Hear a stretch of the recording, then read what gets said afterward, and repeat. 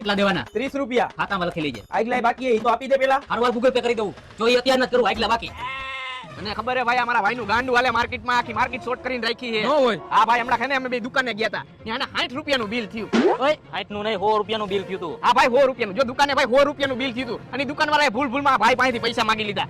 પછી તો ભાઈ દુકાનવાળાને જ પાટલુંમાં જ. ભાઈ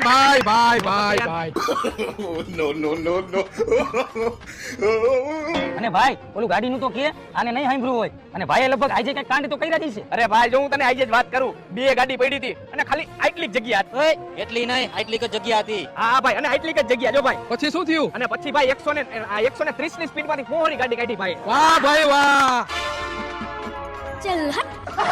અને ભાઈ પછી કેવું થયું ખબર હે? ત્યાંથી અમે ગાડી લઈને નીકળી ગયા અને રસ્તામાં ભાઈનો ફેન મળી ગયો. પછી તો ભાઈ ઉડો બહુ ખુશ થઈ ગયો ભાઈને જોઈને, અને સીધા જઈને ભાઈના પગ પકડી લીધા. ભાઈ કેમ ભાઈ આજે બહુ ઝાઝા ફાકા મારી છે ને તારા?